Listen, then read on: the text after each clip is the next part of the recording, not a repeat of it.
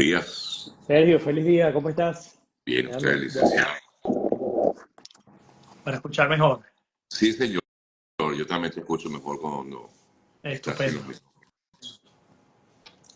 Bueno, Vladimir, qué semana, ¿no? Qué Eh, semana. Tal cual. tal cual. Una semana intensa y sobre todo fin de semana este último que vivimos. Ya va a ajustar aquí un poquito mejor la visual. Bueno, Vladimir, vamos a tratar un poco de analizar todo esto. Bueno, mucho se ha dicho, mucho se ha comentado. Yo creo que todos quienes hacemos vida en este país, si somos venezolanos, hemos hablado de este tema hasta el cansancio. Nos han criticado, nos han dicho de todo, a favor, en contra, pero bueno, forma parte de esta situación. Quiero conocer tu punto de vista, Vladimir, acerca de esto que ha ocurrido con lo que fue la deportación de estos venezolanos hasta El Salvador, sean o no el Tren de Aragua. Esto, como ya comentaba, es importante destacar. Por cierto, vamos a comenzar por allí. ¿Por qué crees tú, Vladimir, que no hay todavía una información pública acerca de quiénes fueron los enviados a El Salvador de parte de Estados Unidos? Bueno, antes de eso yo quisiera primero, Sergio, solidarizarme con tantas madres, con tantas esposas, con tantos hijos, hermanos, familiares de muchos venezolanos quienes están desesperados. Unos porque ya saben que sus seres queridos están en El Salvador. Otros porque no tienen ni idea dónde están metidos sus seres queridos, más allá de cualquier contexto. Yo creo que el sufrimiento humano es lo primero que hay que reconocer. Y yo entiendo tu punto porque me ha tocado también, cuando me ha tocado retratar esto, obviamente te torpedean por todas partes porque hay gente que está de acuerdo y gente que está en contra, pero lo que sí tenemos que entender muy bien, y yo sé que tú lo entiendes mejor que muchísima gente, es que detrás de todo este tema hay seres humanos que están sufriendo. Entonces, lo primero es eso, solidarizarnos con esas familias que están sufriendo porque sus seres queridos están en un lugar, un tercer país, desconocido, en una cárcel de máxima seguridad como el SECOT, que es una cárcel para terroristas en El Salvador, una cárcel que ha sido un ejemplo en todo el continente y que desgraciadamente para muchas de estas familiares o muchos de estos familiares, pues el pensar que sus seres queridos están allí, yo me imagino que tienen no solamente que estarles quitando el sueño, sino tiene que mantenerlos en una condición muy, muy complicada en este momento. Así que comenzamos por allí. Yo creo que, y lo dije yo hace un par de días en un live muy corto, tarde en la noche, Sergio decía, vamos a respetar eso, a esas personas que están sufriendo lo que está, las consecuencias de lo que está pasando en este momento con las deportaciones tratar de no catalogar, porque es muy delicado lo que se está viviendo ahora. Muy bien, pero respondiendo a tu pregunta original, ¿por qué no se tiene información? ¿Por qué no se ha contado con el debido proceso? ¿Por qué se levantan las voces sobre el tema de las posibles violaciones a los derechos humanos? Bueno, hay que entender que detrás de toda acción, normalmente, sobre todo cuando se trata de los Estados Unidos, hay leyes. Y desafortunadamente para este grupo de 231 venezolanos, porque específicamente fueron 238 venezolanos Correcto. que fueron deportados a El Salvador, eh, fueron deportados bajo una ley que sí es cierto, fue promulgada en 1798 y es una ley de enemigos extranjeros, pero es una ley que está vigente y es una ley que indica que un presidente bajo una condición o de guerra o de invasión tiene la potestad de decidir deportar a donde sea al grupo de personas que considere pertinente. Que si esto se ajusta o no hoy en día a la realidad, esa es otra discusión, pero la realidad, digamos, fáctica es que montaron a estos inmigrantes hasta El Salvador en estos dos vuelos el día sábado y pues hasta este momento la gran interrogante está en qué va a pasar con ellos, porque si se supone que la violación al llegar a Estados Unidos de manera ilegal fue contra Estados Unidos, entonces, ¿qué papel juega El Salvador? ¿Cómo van a ser juzgados en El Salvador? ¿Cómo van a tener derecho a la debida, al debido proceso, a la debida defensa? Es decir, hay muchas preguntas que todavía quedan por ser respondidas y más cuando uno escucha, por ejemplo, el secretario de Estado, Marco Rubio, decir, bueno, si es que hay alguien, que algún venezolano que digamos, no pertenece al Tren de Aragua, pues entonces El Salvador lo deportará a Venezuela. Entonces la pregunta es, ¿Cómo tendrá ese venezolano la posibilidad de demostrar que no es el Tren de Aragua? Y esa es una pregunta, Sergio, que tanto aquellos que apoyan al presidente Trump con esta medida como aquellos que están en contra tienen que estar de acuerdo. El Claro. magisterio de la ley se tiene que cumplir y el derecho a entender que se presume que eres inocente hasta que se demuestre lo contrario también se tiene que cumplir. Esto es Y la universal. pregunta que nos hacemos todos, Vladimir, es cómo realmente se hizo esa investigación. ICE afirma que efectivamente sí se hizo una investigación, pero esto contrasta completamente con lo que dicen familiares de estas personas. Yo sé, alguien va a decir, bueno, pero cualquier familiar puede decir que su pariente no es del Tren de Inocente, Aragua, claro. pero es que al final sí se logra indagar un poco más. En algunos casos, pues posiblemente estas personas solamente son tildadas de formar parte de esta banda delictiva. Uno, por poseer un tatuaje, que es una de las denuncias que más se ha hecho en los últimos días, y otra, bueno, por haber entrado de manera ilegal al país. Yo me pregunto, ¿realmente estas investigaciones fueron lo suficientemente profundas como para decir que estos 238 venezolanos enviados hasta El Salvador son todos realmente del Tren de Aragua? El asunto es que técnicamente no tenían que ser suficientemente profundas. Eso es lo primero. Ahora sí me pongo del lado o me pongo el sombrero de periodista y hablo de cómo ha sido aplicada la ley, ¿no? Hay que entender lo siguiente.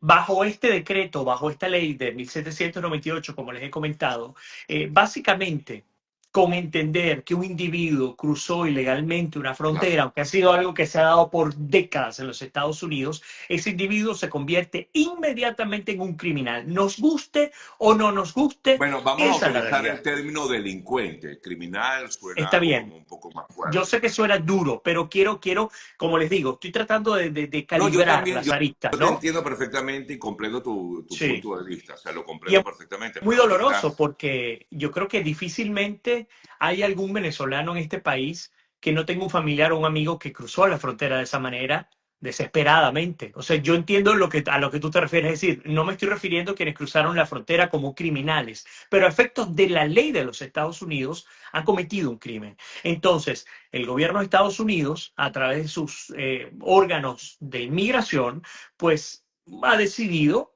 digamos, en función a que ya sabe que cometieron un acto criminal, mandar a estos inmigrantes para El Salvador. Yo insisto que es muy, muy sensible, muy complicado abordar este tema, pero también entiendo que Estados Unidos ha decidido, y yo lo he dicho durante muchísimo tiempo, limpiar la casa. El problema de limpiar la casa cuando ha venido llevándose a cabo una política durante tantos años de una migración rota, lo hemos hablado de las leyes de migración rotas, que terminas llevándote a mucho inocente por el medio. Fíjate, Sergio, yo he hablado, al igual que tú, con decenas de familiares. Hoy voy a hablar en exclusiva con una esposa de un venezolano acá en Tampa que se lo llevaron también para El Salvador.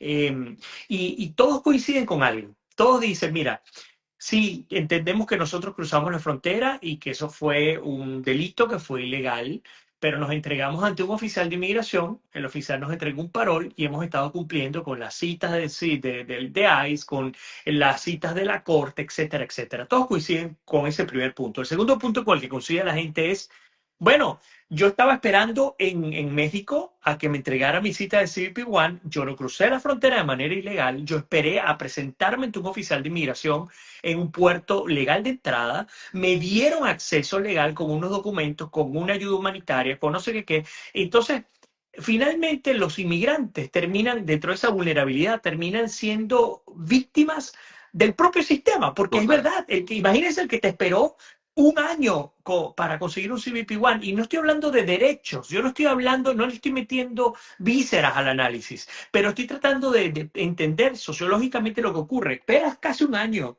para que te entreguen una cita de una aplicación que no está ajustada a la ley, porque sépanlo, CBP One no está contemplado dentro de la ley de inmigración. Eso era una Sí. especie de ponerle medio orden a la inmigración indocumentada. Así de sencillo. Por eso es que Trump ha dado la vuelta, el giro completo al CBP One, y no ha habido ni un solo juez que diga no, es que el CBP One hay que volverlo a poner.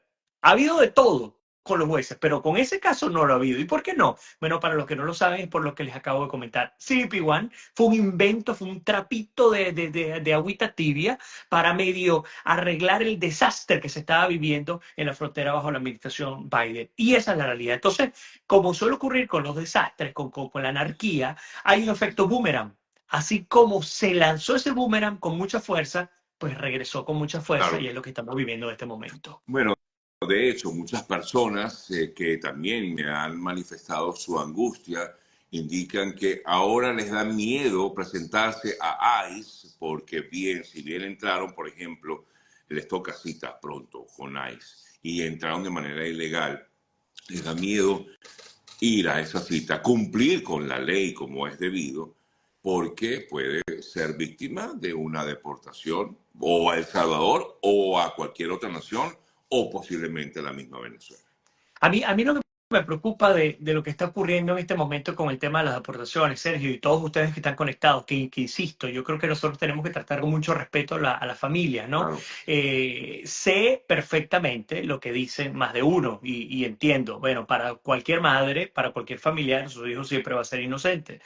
Yo he insistido, yo creo que la inmensa mayoría de los que están en El Salvador forman parte de estos grupos terroristas o delincuentes. Yo lo creo, la inmensa mayoría, pero también creo que hay personas inocentes. No creo que todos sean culpables, no creo que todos sean inocentes. Así es, digamos otra vez el tema de calibrarlo, Claro, ¿no? Pero fíjate el es que al caso, final nosotros, es que al final, Vladimir, tampoco ni ujú, tú ni yo tenemos la no posibilidad es, de no es nuestro rol. contrastar lo que han dicho las autoridades Sí, estadounidenses. O sea, pero ujú. sí podemos hacerlo como periodistas. Yo he manejado dos casos. Investigarlo. Hace 2 días, exacto, hace 2 días manejé el de esta madre, que creo que tú también la entrevistaste, y hoy voy a entrevistar a esta esposa de este chico. Los tres entraron, ella, su esposo y su hijo, que creo que la semana que viene va a cumplir 10 años aquí en Tampa. Ok. Ellos entraron por frontera. A ellos les entregaron su permiso de trabajo, su seguro social y metieron un asilo. Y con ese asilo, él tenía cita con el juez para una audiencia, si mal no recuerdo, para el 24 de marzo, o sea, la semana que viene. Y, serio, él se presentaba constantemente y terminó detenido por ahí, cosa que puede pasar, pero el problema es que ahora está en El Salvador. Entonces, lo que a mí me preocupa particularmente, por cierto, tengo los documentos de este venezolano y se le está inculpando de cosas, incluso hay errores en los documentos, salta del nombre de otra persona que no es él. Lo que me preocupa es que personas que tienen asilos abiertos también están siendo, o con parol humanitario, están siendo sometidas a esta acción. Entonces, otra vez, ciertamente las personas tienen miedo sobre qué hacer. Yo creo que siempre hay que cumplir con la ley, siempre. El día de ayer, el presidente Trump, bueno, su equipo de prensa montó, no sé si tú lo viste, un video invitándolos a los inmigrantes a autodeportarse, diciéndoles, bueno, miren lo que está pasando, ustedes deciden. Teníamos el CBP One, ahora tenemos el CBP Home, váyanse, váyanse. Y ese es el mensaje de la administración Trump, nos guste o no nos guste, ese es el mensaje. Váyanse. Y lo que me duele mucho es que veo que hay muchas personas inocentes que están, digamos, desesperadas y muchos de ellos están diciendo, pues vámonos de aquí, porque definitivamente ya no es una opción para Ahora, nosotros. Vladimir, yo quisiera darle un giro un poco a este análisis que estamos haciendo, que estamos conversando en el día de hoy. He visto también en estas últimas horas, sobre todo en estos últimos días, la posición del régimen venezolano. Y, digamos, se ha aprovechado políticamente de esta situación porque es un tema álgido para los venezolanos, lo que ha sido la separación de las familias. Entonces, hay esta posición, ahora el régimen quiere erigirse como el gran salvador al decir vamos a rescatar a nuestros hermanos migrantes que fueron enviados a El Salvador o que están pasándola mal en Estados Unidos, cuando la raíz de todo esto viene de lo que fue la salida de más de 8 millones de personas de Venezuela, precisamente por la situación política, económica y social que vive el país. El régimen es cruel, siempre ha sido maquiavélico, siempre, en todas sus acciones. Y Sergio, yo creo que aquí el gran ganador otra vez es el régimen. Wow. Y es sencillo, y lo voy a explicar por qué. ¿Te acuerdas hace meses, váyanse un año, 2 años atrás cuando hablamos de este tema migratorio, Sergio y yo decía que Venezuela le había declarado la guerra a Estados Unidos sin armamentos, sin balas, simplemente había mandado un ejército a los Estados Unidos a invadir el país. Esto lo hablábamos hace más de un año aquí en tu programa, o más. o más, o mucho más. Hablamos de un ejército sin balas, pero que había invadido el país. Sabíamos perfectamente que Venezuela estaba mandando criminales a Estados Unidos. ¿Quién puede negar eso? Nadie. Aún aquellos que están hoy en día alzando su voz con mucha fuerza por lo que ha ocurrido en El Salvador saben que el régimen de Venezuela ha mandado criminales a Estados Unidos. Y basta con las evidencias que hay acá, suficientes como para demostrarlo. Ahora bien, ¿cuál era la estrategia del régimen? Tú y yo lo hablamos muchas veces. Una de ellas era, de alguna manera, sobornar a la administración que fuera, Biden o Trump, en este caso le tocó a Trump, para decirle, yo te tranco los vuelos de inmigrantes, te dejo los inmigrantes allá, te dejo el problema allá, etcétera, etcétera. Es decir, como negocio con los inmigrantes como una ficha de canje para permanecer en el poder. Pero yo nunca me imaginé que el régimen llegaría tan lejos. ¿Y por qué lo digo? No solamente el régimen es el principal responsable de que esos inmigrantes que mandó no se puedan devolver a Venezuela, porque es el régimen el que prende y apaga el botón del motor del avión que supuestamente tiene que buscarlos, sino que además le ha dado la vuelta a este problema para capitalizarlo políticamente. ¿Cómo? Sencillo. No solamente salgo como el paladín de la justicia de los inmigrantes venezolanos en Estados Unidos, sino que volteo al pueblo migrante que está en Venezuela, lo volteo en contra de Estados Unidos y por Correcto. ende volteo, agarro a la oposición liderada por María Corina y la rincono mucho más. O sea, los tipos se pagan y se dan el vuelto y lo están logrando otra vez. No estamos jugando con muchachitos en pañales, estamos jugando con gente muy peligrosa. Lo Fíjate que están ayer logrando, pero al final esto que busca Vladimir, busca retomar quizás una popularidad que perdieron. no, lo que está buscando es destruir, como de costumbre, sistemáticamente, cualquier iniciativa para la liberación de Venezuela. Y en este caso la iniciativa se llama María Corina Machado, así de Ah, sencillo. Ahora imagínate tú, Sergio, que María Corina salga en 2 meses a pedirle apoyo al presidente Trump para alguna acción concreta en Venezuela. ¿Qué va a pasar con aquellos en Venezuela que hoy en día claro, están rechazando lo que está ocurriendo con la administración Trump? Es una estrategia espectacular, fenomenal lo que está haciendo el régimen de Maduro.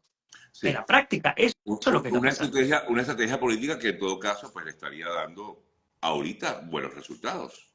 Al menos le estaría dando resultados, bastaría medir qué es lo que va a ocurrir, pero sí sé, insisto, que buena parte del pueblo en Venezuela no solamente tiene el temor, sino ahora está manifestando su rechazo a lo que ha ocurrido con la administración Trump.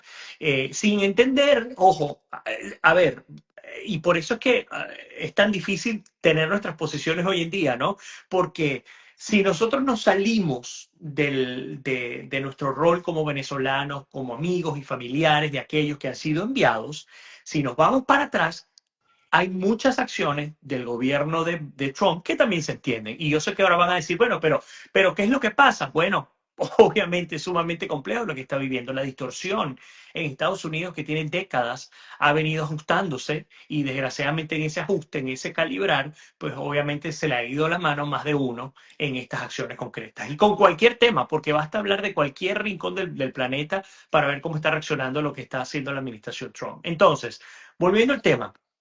Yo creo que lo que primero que hay que establecer, y esto lo harán los organismos internacionales, es establecer una vía para entender cuál será el debido proceso para estos individuos que están en la cárcel, que están en el SECOT.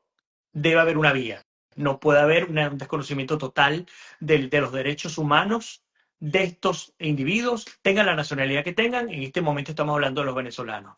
Número dos, para aquellos que están en Estados Unidos y que tienen procesos de deportación y que están bajo procesos judiciales, pues les toca, como siempre, asesorarse con sus abogados de inmigración y tomar decisiones. Y número tres, aquellos que tienen TPS, que tienen un asilo, que tienen una residencia, que tienen cualquier tipo de estatus medianamente legal en los Estados Unidos, igual, comportarse bajo la ley, pero estrictamente bajo la ley, porque hoy más que nunca la lupa está puesta en la inmigración. Y les voy a decir algo que muchos no lo saben. El presidente Trump, distintas cadenas han hecho, todo el tiempo se sacan estadísticas sobre popularidad y sobre distintos temas de Estados Unidos, incluyendo la cadena CNN, ha sacado estadísticas sobre la popularidad del presidente Trump y tiene récords históricos como presidente de apoyo a las medidas que está generando. Nos guste No. o no nos guste, esa es la realidad. Entonces, bajo esa realidad, el presidente Trump lo ha dicho, a mí me escogieron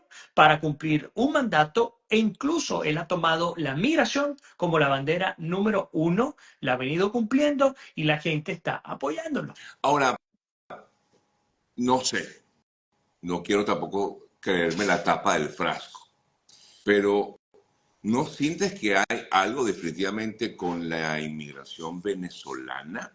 Porque o sea, vemos toda esta situación mucho, no lo vemos con cubanos que han entrado al país, que hay otro tema con respecto a los cubanos, con haitianos, con nicaragüenses, sino con los venezolanos. No sé, Bueno, Vladimir, me imagino que, claro, porque quieren tildar a los venezolanos de ser integrantes del Tren del Agua y que sabemos realmente que no es así, lo hemos comentado insistentemente y no estamos de acuerdo con ello porque ni tú ni yo somos el Tren del Agua y vivimos aquí en este país. Eh, pero insisto, pareciera que hay como que una, sí, hay como una hazaña contra el inmigrante venezolano que ha entrado al país. otra vez, respetando a los familiares que están conectados en este momento Ajá, de los venezolanos que han sido enviados a El Salvador, la respuesta a tu pregunta para mí es no, y va a sonar claro. raro, y voy a explicar por qué no. Vamos a ponernos del lado de los Ujú. estadounidenses. Y quiero que me presten ustedes mucha atención y después opinen lo que quieran. Aquí se puede opinar de lo que sea. Y si quieres, abren los comentarios, como tú Es que quieras. me Voy acá. distraigo, por eso es Ok, que no he querido abrirlo, me estoy distrayendo, voy. quiero concentrarme en la conversación un ratico. Ajá. Perfecto. Escuchen esto. Ustedes nacieron, no sé, en Michigan, imagínense. Por allá bien arriba en Grand Rapids, casi cerca de Canadá. Y ustedes comienzan a ver que de la cuota por nacionalidad de mayor cantidad de migrantes indocumentados, ilegales, como lo quieran llamar, que está ingresando por la frontera sur, es venezolana. Entonces comienzan a ver que no solamente estamos hablando de decenas o de cientos, sino de cientos de miles de venezolanos que te están ingresando mensualmente. Bueno, está bien. Después te comienzas a dar cuenta todo lo que está comenzando a ocurrir en El Paso, Texas. El Paso, Texas, hace 10 años, yo fui a hacer una cobertura especial, menos de 10 años, sobre la frontera, sobre el muro fronterizo, cuando Obama, etcétera. El Paso, Texas era la ciudad más segura de Estados Unidos. Aún siendo fronteriza con Ciudad Juárez, era la más segura. Vayan a las estadísticas. Estuve allí, conversé con congresistas tejanos, estuve en la frontera y era así. Hoy en día, El Paso, Texas, no sé ya hoy, pero por lo menos hasta hace 2 años, era una de las ciudades más inseguras del país. La delincuencia, la cantidad de homeless, personas que estaban en la calle, en su inmensa mayoría venezolanos. Las personas estaban siendo víctimas, estaban siendo violentadas, sus vehículos, sus casas, robados en la calle, etcétera, etcétera. Entonces comienza por El Paso, Texas. Después agarra y las distintas organizaciones comienzan a darle apoyo financiero con recursos federales a estos inmigrantes, a quienes los metían en albergues, a quienes les daban comida, a quienes les daban una cantidad de beneficios. Y esto no existía. Ojo, esto no existía. Y ya voy a hablarles por qué esto no existía masivamente.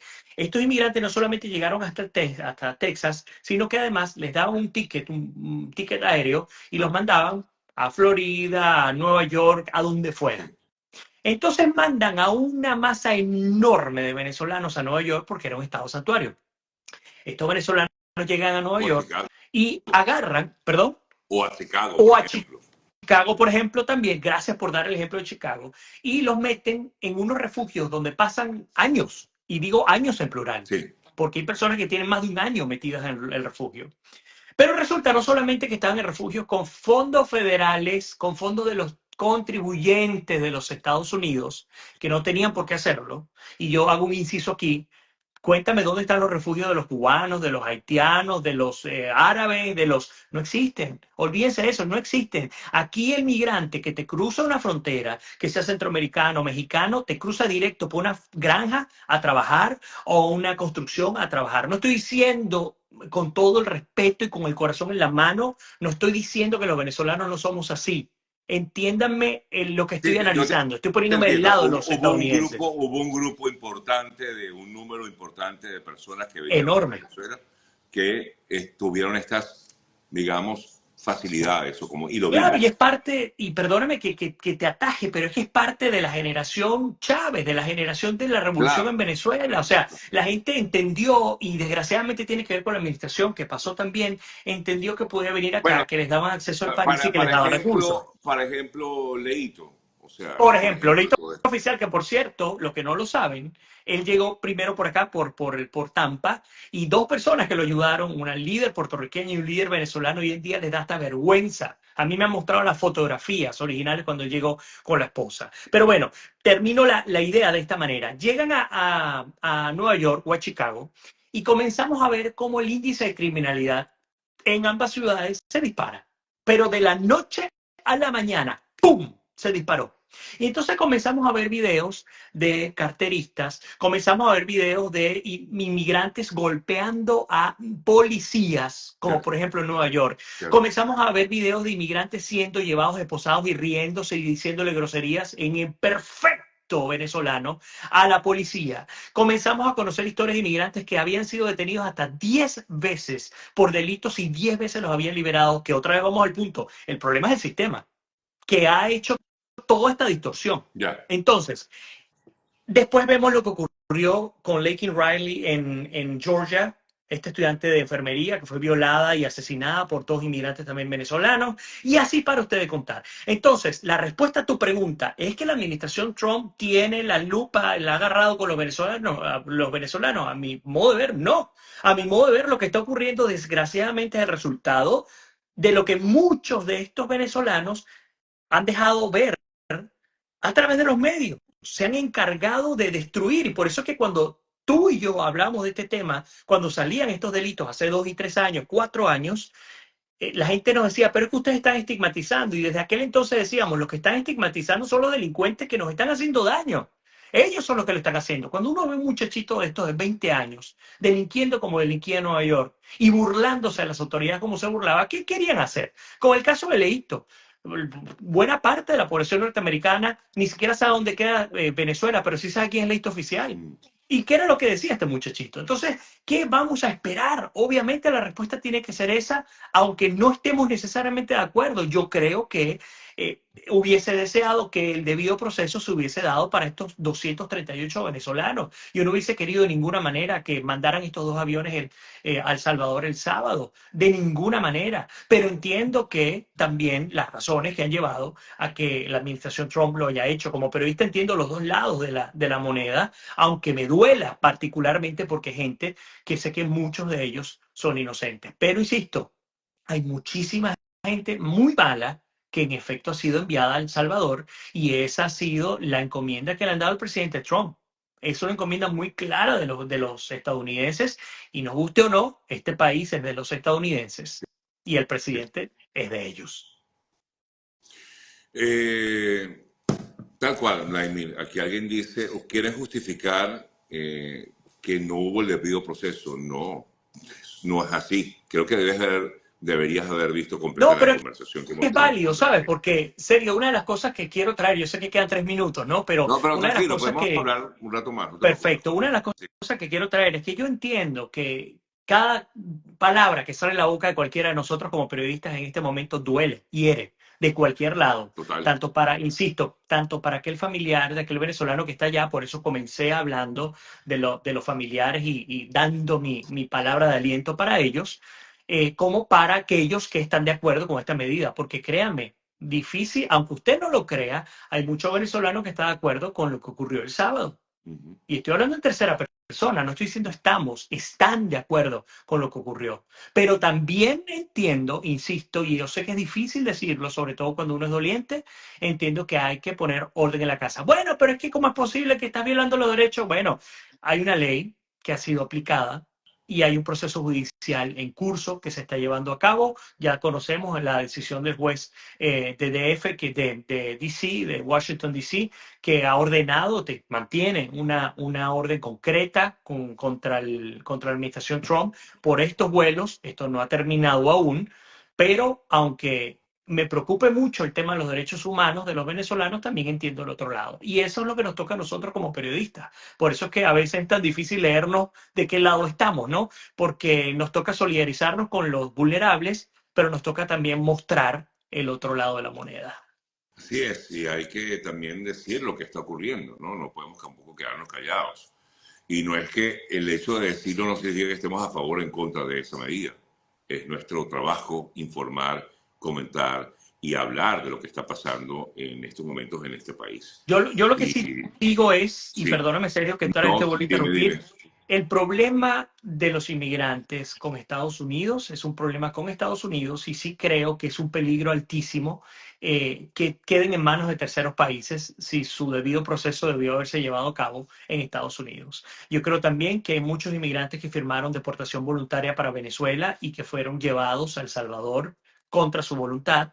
Eso cualquier defensor de derechos humanos te puede decir, eso es una violación a los derechos humanos Sí, cuando te llevan en contra de tu voluntad para un tercer país. Entiendo también que hay un perfil racial que se ha establecido en función a tatuajes, en función a origen, en función a grupos con quien uno se asociaba, en función a dónde, cuándo y cómo estaba en ese lugar, así haya sido de manera equivocada o no. Eso también pudiera significar una potencial violación a derechos humanos. Es decir, insisto, aquí uno puede traer todos los análisis sobre la mesa y todos los puntos tienen, digamos, una manera de ser discutidos. Y lo que queremos nosotros en este momento es que aquellos delincuentes, criminales y terroristas que forman parte del Tren de Aragua paguen las peores consecuencias donde las tengan que pagar. A mí no me interesan derechos humanos para criminales del Tren de Aragua. Perdónenme como les estoy hablando. Aquí sí coincido con visiones como la de Nayib Bukele sobre los pandilleros de la Mara Salvatruchas. Y grandísimo, pero acá, me lo colocas cuando vayas a editar. Una de las cosas que sí pido es que se permita el debido proceso claro. para que los venezolanos que logren demostrar que no forman parte del Tren de Aragua, pues sean liberados y sean deportados a Venezuela. Yo creo que sería un muy mal precedente para la historia de Occidente que venezolanos que sean inocentes no tengan derecho a ser juzgados y además terminen metidos en una cárcel sin saber cuál va a ser su destino y su futuro. Con eso sí no estoy de acuerdo. Insisto, una cosa son los del Tren de Aragua que paguen las peores de las consecuencias y otra cosa son los venezolanos que son inocentes. El problema está en que aquí están todos pegados, todos unidos y al fin y al cabo se diluye esa frontera entre uno y otro y ahí es donde se pagan las consecuencias. Lo hemos visto con aquellos venezolanos que no tienen, en efecto, no tienen récord criminal en Estados Unidos, más allá de haber ingresado ilegalmente al país, que eso es un récord criminal, insisto, es un Sí. récord, es un delito el que se está dando. Más allá de eso, muchísimos de esos inmigrantes no tienen ningún otro tipo de récord, fueron detenidos y finalmente terminaron allá. Nos pasó, Sí, Sergio, tú y yo lo manejamos lamentablemente pagaron justos por justos por pecadores. pecadores, y lo manejamos tú y yo con el caso de esta madre, de este joven que fue enviado a Guantánamo. Ella le habían dicho que su hijo había sido asociado con el Tren de Aragua y finalmente cuando averiguamos, cuando conversamos con el Departamento de Homeland Security, ellos dijeron no, él no está vinculado al Tren de Aragua, él simplemente cometió el delito de haber ingresado ilegalmente y está listo para deportación. Eso lo hablamos tú y yo en el programa en aquella oportunidad y a donde voy es que por mi lado, por lo menos con el caso de Guantánamo, con el único caso que me tocó manejar, las autoridades fueron claras y enfáticas conmigo. No asumieron que el chico era el Tren de Aragón que tenía tatuajes. Cuidado, ellos estaban muy claros de quién era quién. Al menos en el caso de Guantánamo, ¿no? Ahora quedará a ver qué va a ocurrir con el caso de El Salvador. Yo creo que es muy temprano. Yo lo que sí he pedido, y yo sé que es muy duro decirlo cuando tú no tienes un familiar metido en una cárcel de estas, pero sí he pedido que tengan paciencia y que aquellos familiares que tienen seres queridos allí sigan haciendo lo que han venido haciendo, que es denunciando públicamente y hablando, exponiendo los casos de sus seres queridos y en su debido momento yo creo que esto va a generar un impacto lo suficientemente grande como para saber cuál será el destino de ellos. Daniel, gracias. como siempre, seguimos conversando, tema álgido, lo sé, difícil, pero bueno, uno trata de eso, analizar un poco todo lo que ocurre, los hechos, para poder decir lo que estamos diciendo, y bueno, en este caso sobre todo Vladimir. Agradecido, Vladimir. Sergio, igual para ti, que Dios me los bendiga, y bueno, pues seguimos siguiendo todo lo que está ocurriendo aquí en los Estados Unidos, que tiene así vueltas como patas para arriba a medio mundo, no solamente a los venezolanos. Un abrazo. Así es. Fuerte abrazo. Gracias, Vale, Vladimir. feliz día.